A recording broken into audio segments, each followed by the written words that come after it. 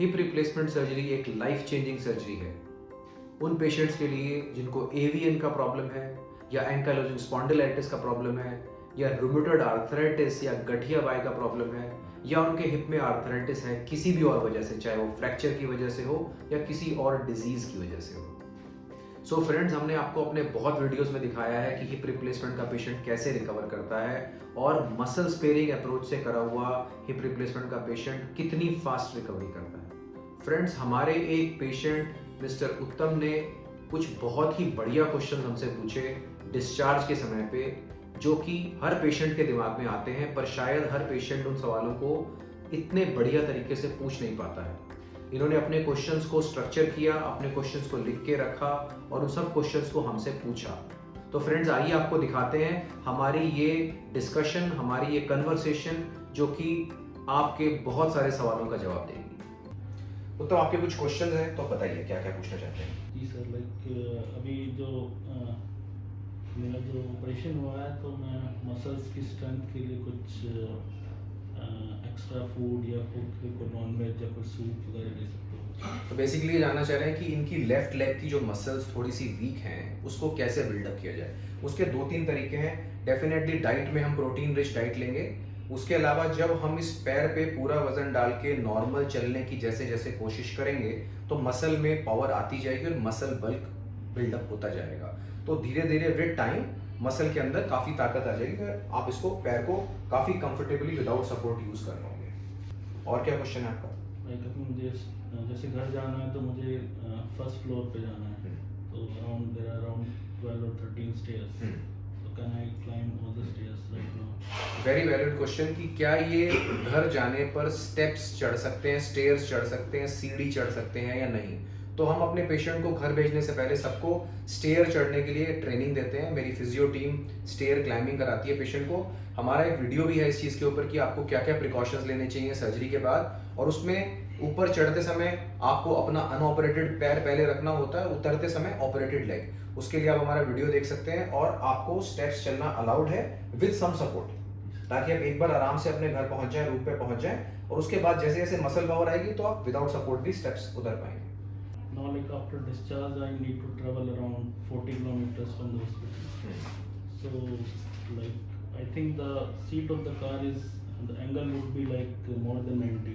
I think, like the front seat. So, how could I adjust the height of that seat, Chair. or how can I make myself comfortable? Understand. So friends, उत्तम का question ये है कि जब मैं घर जाऊंगा तो मैं कार में बैठ के जाऊंगा और कार की सीट लो होती है, तो क्या उसमें मुझे स्पेशल प्रिकॉशन लेना है। तो यूजुअली हम पेशेंट्स को बोलते हैं कि आपने या तो आप फ्रंट सीट पे एक गद्दी रख के बैठ सकते हो। फ्रंट सीट पे गद्दी रख के बैठने से आप अपनी सीट को पीछे की तरफ धकेल सकते हो, अपनी कुर्सी को, और अपने लेग रूम को बढ़ा सकते हो, अपने टांगों के स्पेस को बढ़ा सकते हो, और अपनी हाइट को बढ़ाने के लिए तकिया रख सकते हो या गद्दी रख सकते हो। अगर आपको बैक सीट पे बैठना है तो आपकी जो ऑपरेटेड लेग है उसको बैक रेस्ट की तरफ, यानी कि जहां अपनी कमर टिकाते हैं उस तरफ रखेंगे, और इस लेग को नॉर्मल फ्री रख सकते हैं। अपनी कमर को कार के दरवाजे की तरफ सटा के बैठ सकते हैं।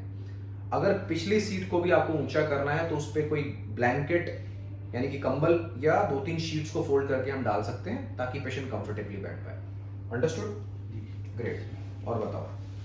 2 वीक के बाद मुझे ऑफिस वर्क फिर से ज्वाइन करना है, तो as it is work from home right now, तो how long can I sit on a chair for continuously I can sit? ठीक है।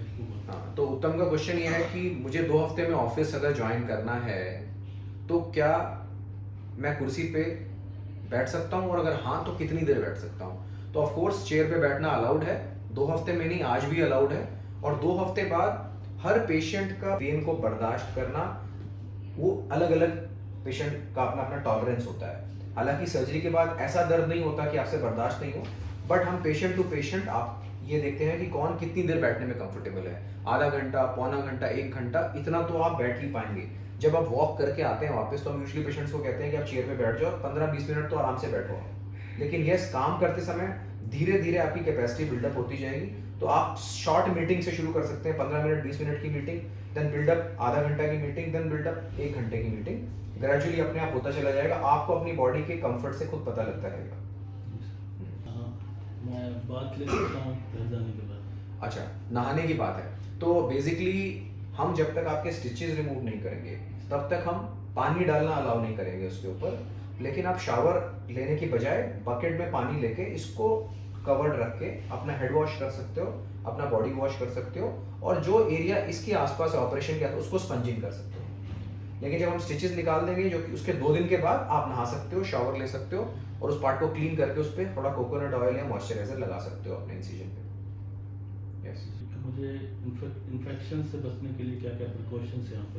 तो वेरी गुड क्वेश्चन कि इन्फेक्शन से कैसे बचना चाहिए। तो फ्रेंड्स, इन्फेक्शन से बचने का प्रोसेस हम आपकी सर्जरी से पहले ही शुरू कर देते हैं। जब हम आपको इन्वेस्टिगेट करते हैं तो उसमें आपके ब्लड टेस्ट भी देखे जाते हैं, आपके यूरिन की रिपोर्ट भी देखी जाती है, आपकी चेस्ट एक्सरे भी देखा जाता है, आपके बॉडी को एग्जामिन किया जाता है कि कहीं कोई फोड़ा फुंसी तो नहीं है, आपकी छाती में कोई इन्फेक्शन तो नहीं है, आपके यूरिन में कोई इन्फेक्शन तो नहीं है, आपके दांत में कोई इन्फेक्शन तो नहीं है।